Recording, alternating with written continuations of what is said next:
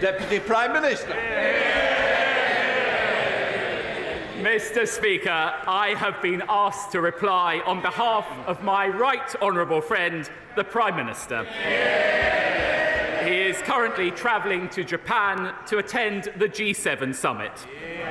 Mr. Speaker, I'm sure that colleagues from across the House will join me in congratulating Liverpool for its wonderful staging of the Eurovision Song Contest on behalf of Ukraine. Mr. Speaker, this morning I had meetings with ministerial colleagues and others, and in addition to my duties in this House, I shall have further such meetings later today. Smith. The Royal Lancaster Infirmary is a 130-year-old crumbling hospital and was meant to be one of the government's 40 new hospitals. However, the funding announcement has been delayed 4 times already, so can the Deputy Prime Minister reassure my constituents that this is not going to be another broken Tory promise? I can absolutely assure the Honourable Lady that we remain fully committed to those 40 hospitals from our manifesto, and indeed we have already provided £3.9 billion worth of initial capital.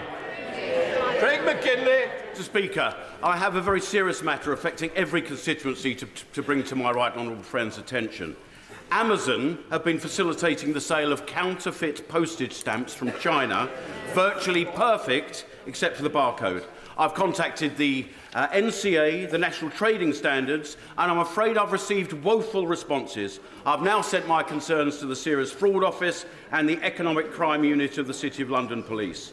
Amazon are patently facilitating remittances of illegal gotten cash, and I believe this is in contravention of the Forgery and Counterfeiting Act 1981. Can my right honourable friend assist me in taking this further?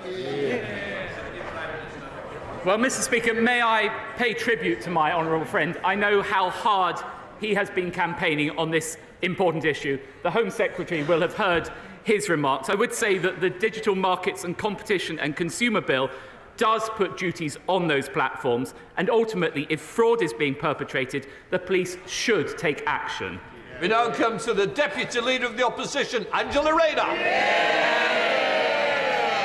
Thank you, Mr. Speaker, and it's a pleasure to welcome yet another Deputy Prime Minister to the dispatch box, the third deputy that I've faced in 3 years. And you know what they say, the third time's a charm. And I'm also pleased to note, Mr. Speaker, that the Prime Minister has a working-class friend, finally. I seem to remember that after the loss of 300 Conservative seats at last year's local elections, the right honourable gentleman resigned, saying someone must take responsibility. After 1,000 more Conservative councillors have been given the boot by voters, who does he think is responsible now? Well, Mr. Speaker, in the spirit of the Right Honourable Lady's opening remarks, can I just say it really is a pleasure to see the Right Honourable Lady here today. I was, though, expecting to face the Labour leader's choice for the next Deputy Prime Minister if they win the election, so I'm surprised that the Lib Dem leader isn't taking questions today.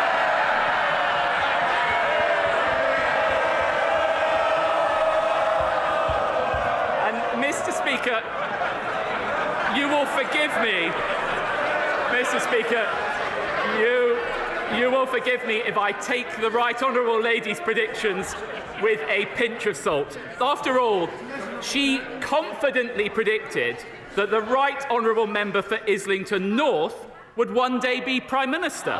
Remember, this is a man who wanted to abolish the army, scrap Trident, withdraw from NATO and abandon Ukraine. And what did she say to that? She couldn't wait for him to be Prime Minister. Deputy Prime Minister.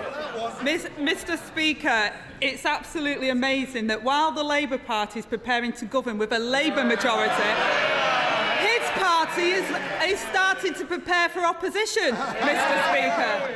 And this week, at the National Conservative Conference, a member for Devisers blamed the country's problems on a new religion. He even hit out at the dystopian fantasy of John Lennon. The member for Pentonstone and Stockbridge said identifying falling birthing rates is the overarching threat to the UK. She criticised woke teaching for destroying children's souls and causing self-harm and suicide among people. And the Right Honourable Member for North East Somerset really let the cat out the bag when he said parties that try to gerrymander end up finding their clever schemes come back to bite them, as dare I said we found when insisting on voter ID.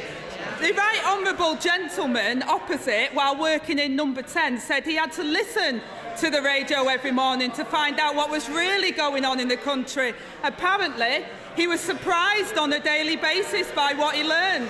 And most of his time was spent on day-to-day crisis management.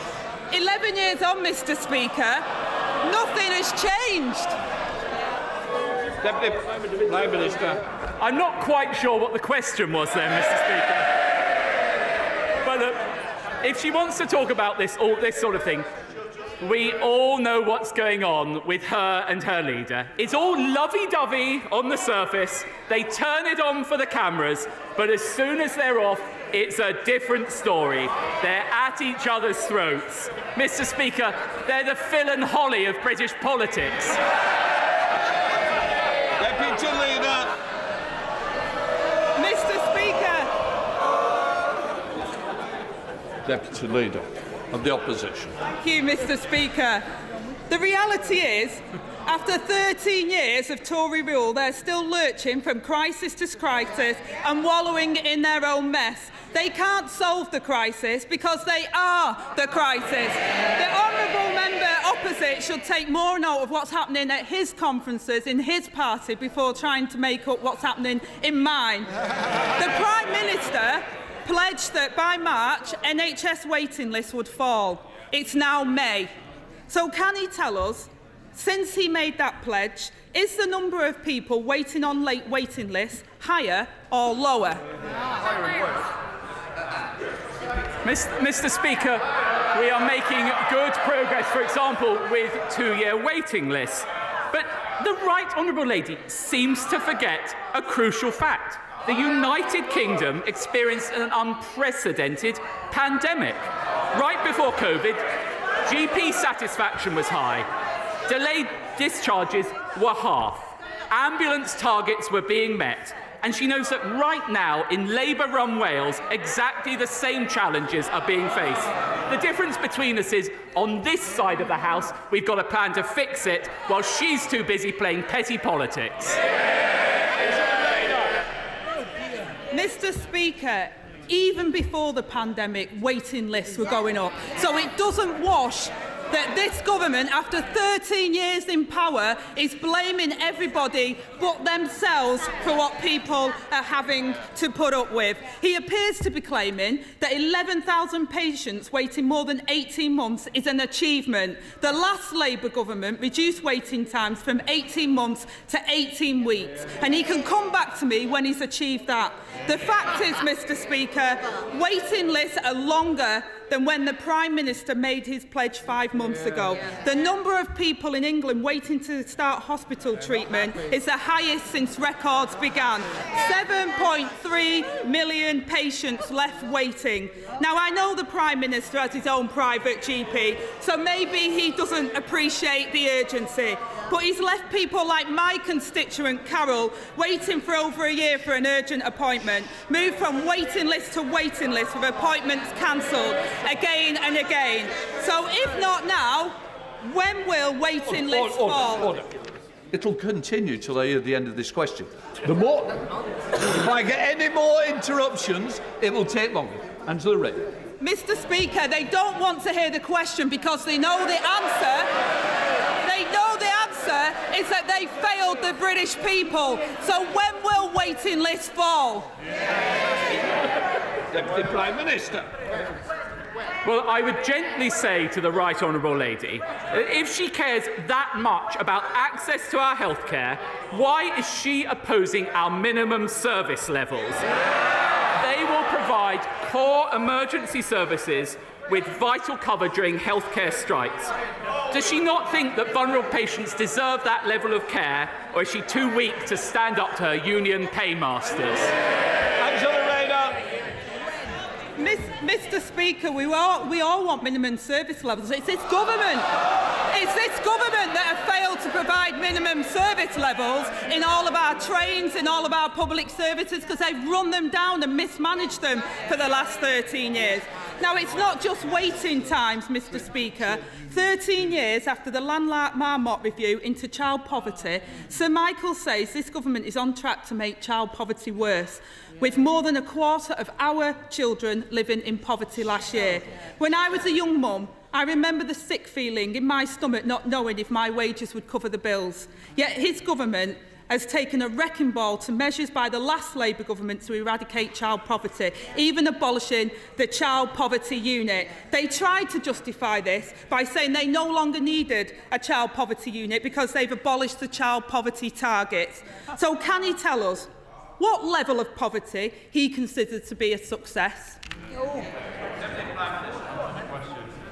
I would say to the Right Honourable Lady, this comprehensive schoolboy is not going to take any lectures from the party opposite about the lives of working people. What I would say is that we have introduced record increases in the national living wage, something that this party introduced, the party opposite failed to do so. And we have taken 1 million working-age people out of poverty altogether. That is the record of my party, and one of which I am very proud. Angela Rayner. Mr. Speaker, the last Labour government made it their mission to reduce the number of children in poverty by 1 million. We achieved that. Under the Tories, child poverty is nearly back to the level it was when Labour last inherited the Tory mess. After 13 years of the Tories, they're stuck in a conveyor belt of crisis. And while his party is preparing for opposition with their Trump Tribute Act conference over the road, Labour are focused on fixing the real problems facing British people. The Tories have picked their side. They're for the vested interests, for the oil companies and the bankers, for those that are profiting from the crisis and not suffering from it. Whether it's failing the millions of people anxiously waiting for treatment or overseeing a rise in child poverty. And while his colleagues spout nonsense at their carnival of conspiracy, I want to know, when will his party stop blaming everybody else and realise that the problem is them? Mr. Speaker, I will proudly defend our record in office. Crime down 50%, near record levels of employment, a record minimum wage. And what, Mr. Speaker, what's their record? 4 general election defeats, 30 promises already broken, and 1 leader who let anti-Semitism run wild. That is why the British people will never trust the Labour Party. Thank you very much, Mr. Speaker. Would my right honourable friend please send his condolences to the family of Hilton Ward councillor Gillian Lemon, who at the young age of 52 tragically died partway through the election count on Friday. This means that the whole election for all 3 councillors has had to be voided, even though the returning officer was ready to declare 3 Conservative councillors for the Hilton Ward. Perhaps following this dreadful experience, my right honourable friend will confirm that the best way to thank councillor Gillian Lemon for her service is for the good people of Hilton Ward in South Derbyshire to vote again 3 times for the 3 Conservative candidates on Thursday the 15th of June.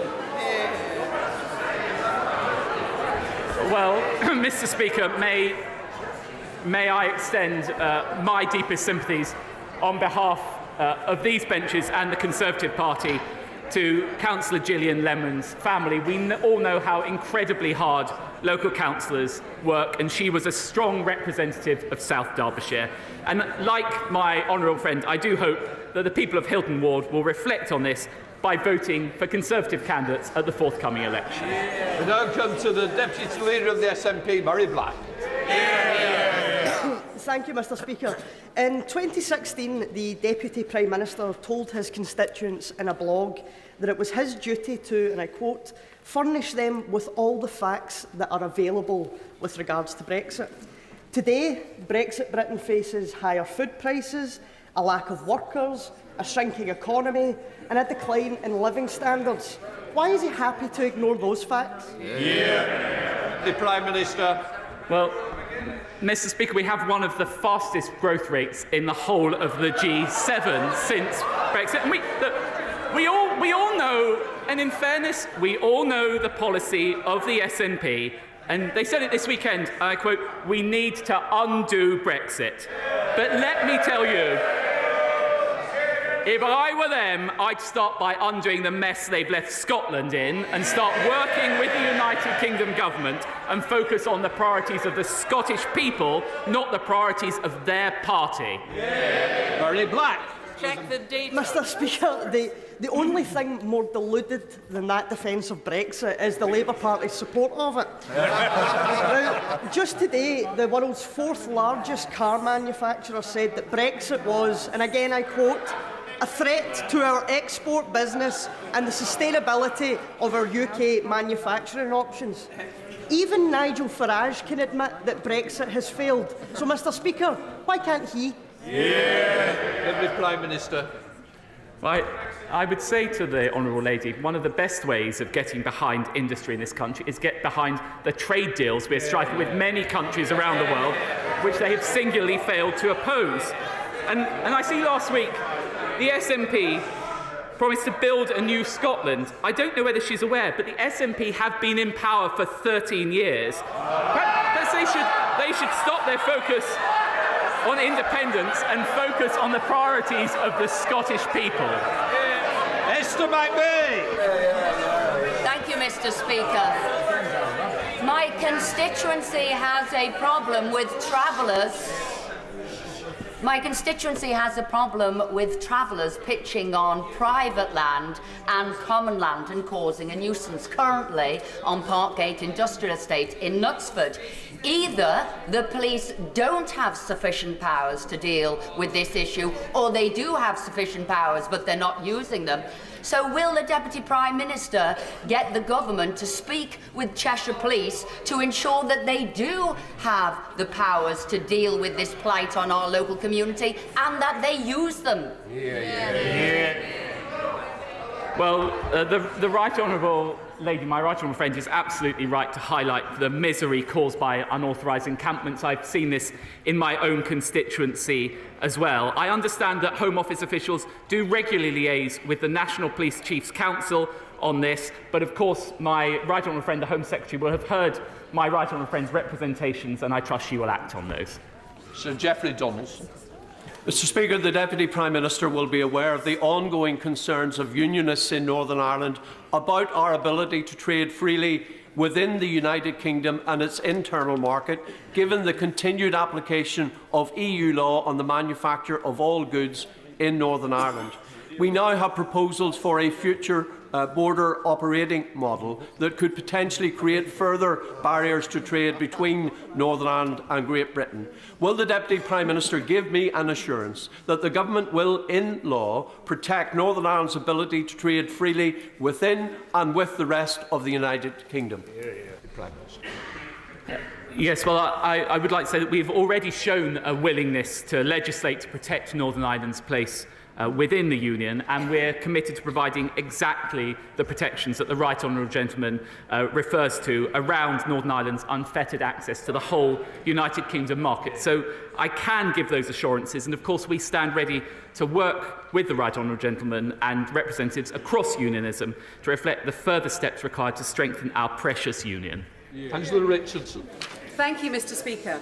Throughout the early hours of Saturday morning, I was out with Kathy, Peter, Joe and Tim, who volunteer as Guildford Street Angels. I paid tribute to them and all the volunteers who are out every weekend and in all weathers. But, Mr. Speaker, it's an absolute disgrace that the Liberal Democrat-run council shut the public loose. At night, At night, there are no single-sex spaces for our young women, and they are seeking out dark, secluded areas if they're caught short, which is dangerous. They are at increased risk of sexual assault. Will my right honourable friend join me in calling for the immediate reopening of the town centre loos in Guildford? Well, I thank my honourable friend for raising this very important issue, and sadly, I'm afraid that's what one might expect from a Lib Dem-run council. I do join her in thanking the Guildford Street Angels for all of their efforts, and I'm sure that they and she will continue to make those views known to Guildford Borough Council. Thank you very much, Mr Speaker. Many of my constituents are struggling to pay the bills and put food on the table. Food prices have risen by over 19% in the last year, with the cheapest infant formula up 45%, gas prices up 129%, electricity up 67%. Many report borrowing more money than this time last year, with car manufacturers threatening to move production. The OBR saying $100 billion has been lost from the economy forever, and wages falling further and further behind basic living expenses. So does he really still believe his government's kamikaze Brexit is delivering for the people of these isles? Deputy Prime Minister. I certainly do believe that, Mr Speaker, and I would say to the members on those benches that it's only because of the strength of our United Kingdom that we're able to afford the sort of interventions, for example, that we've had with the cost of living, with over £3,300 for every single family in our United Kingdom, paid for by a 75% windfall tax on oil and gas companies. That's the United Kingdom delivering on the cost of living. Daniel Kaczynski. Thank you, Mr Speaker. In 2016, we secured over £300 million for the modernisation of A&E services in Shropshire.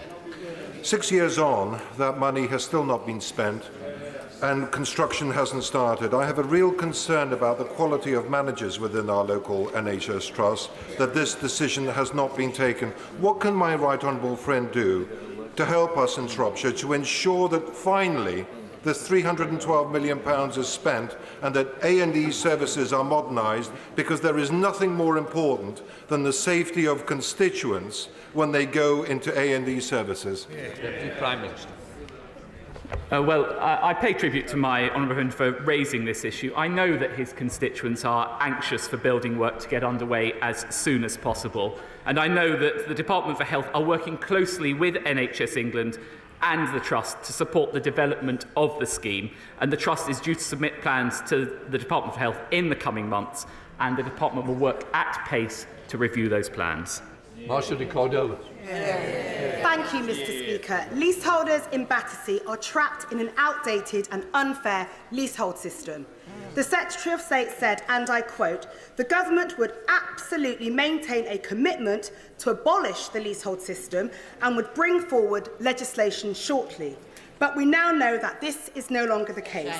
So, Deputy Prime Minister, why has the government yet again done another U-turn and yet again broken another promise to leaseholders to scrap its plans to end the outdated leaseholder system? Well, I'd like to reassure the Honourable Lady and members of this House that the government is committed to reforming the leaseholder system to give homeowners greater control and give cheaper access to leaseholder renewal, including a 990-year extension with zero financial ground rent, and we will set out plans for further reforms later in this Parliament. Sir Desmond Sway. What would be a reason for extending the general election franchise to settled EU citizens, a population of voters equal to the number in Wales? Well, I think my honourable friend is referring to the plans from the party opposite. And it's actually quite interesting that this week, while we're pushing ahead with legislation to break the smuggling gangs, what's Labour's big idea? Give foreign nationals a say in our elections. So there we have it. While the Conservatives will stop the boats, Labour will rig the votes.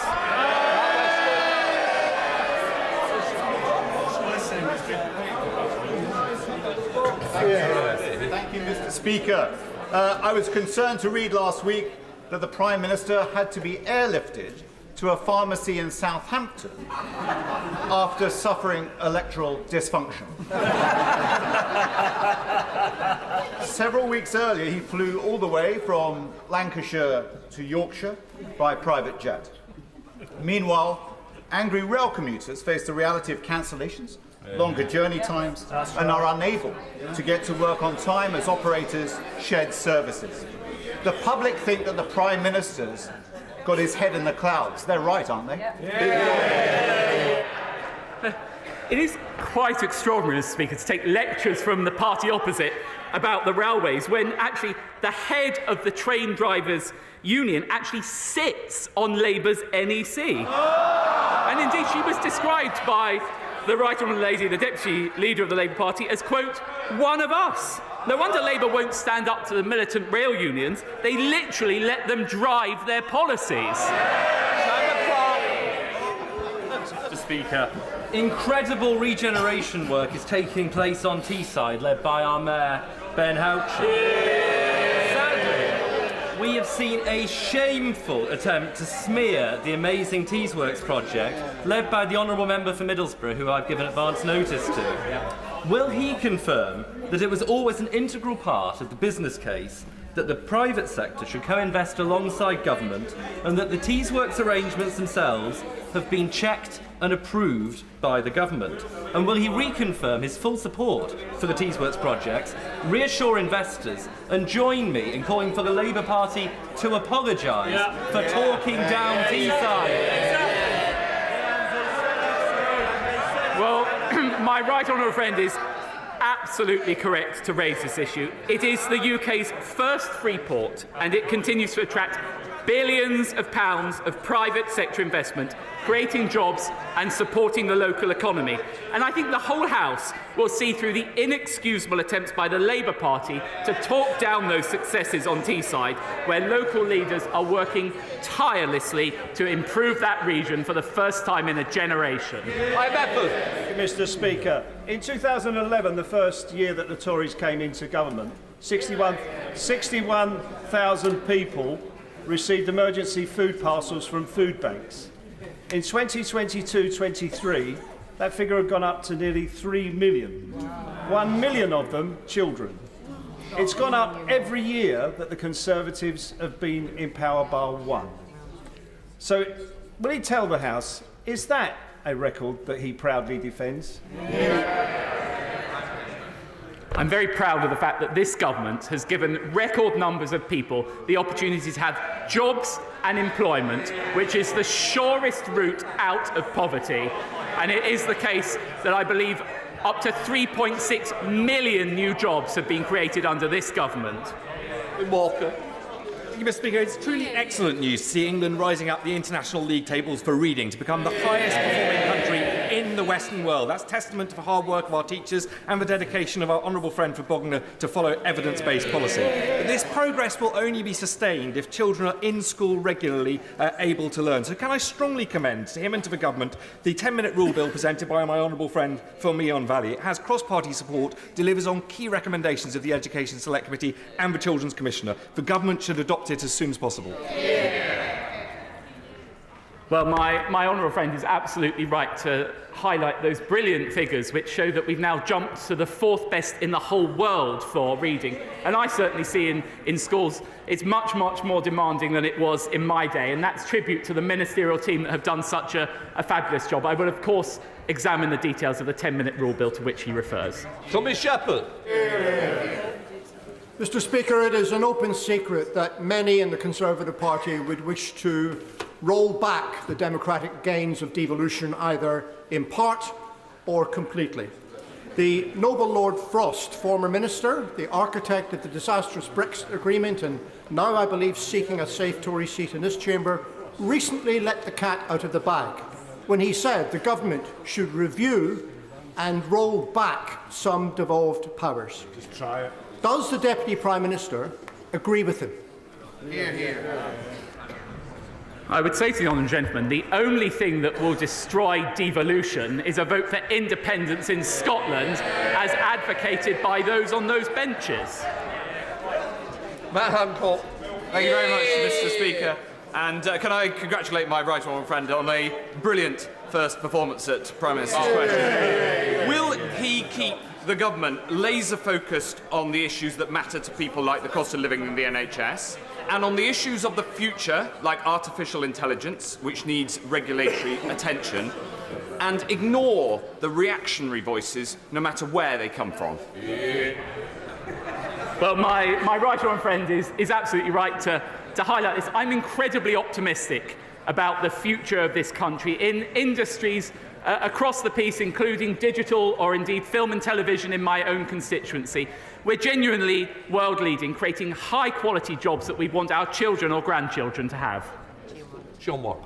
Thank you, Mr. Speaker. Half the children in Newcastle Central are growing up in poverty. Shocking. Over the last 5 years, the delivery of food parcels to North East children has risen by 250%.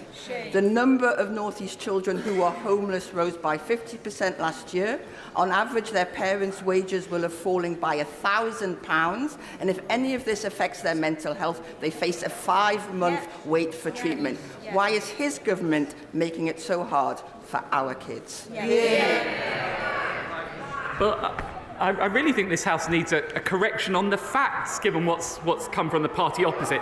It is the case that because of our national living wage, defined as more than at least 2/3 of median income, that's at its lowest point for years, and we've actually lifted 1.7 million people out of absolute poverty altogether. That is the track record of this government.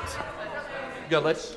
Thank you very much, Mr. Speaker. The people of Longport and Burslem, as well as Port Hill and my neighbouring constituency neighbour of Newcastle and Lyme, are suffering because of cowboy waste disposalers like Staffordshire Waste, who have now been again done for having waste that was not meant to be on site and have been given a notice by the Environment Agency. What support can I get in holding these people to account and making sure that their retrospective planning application for a site that they're using, which they didn't get planning permission on before using, is rejected by Stoke-on-Trent City Council?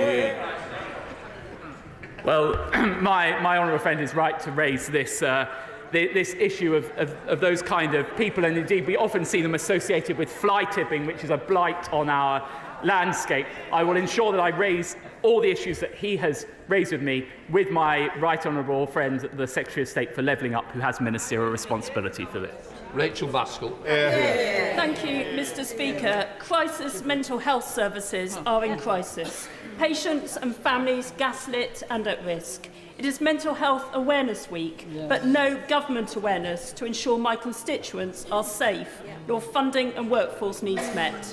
So why is his government sat on their hands with a devastating report sat on the Health Secretary's desk while patients in York and across the NHS are being failed? Can I and the Trust have an urgent meeting?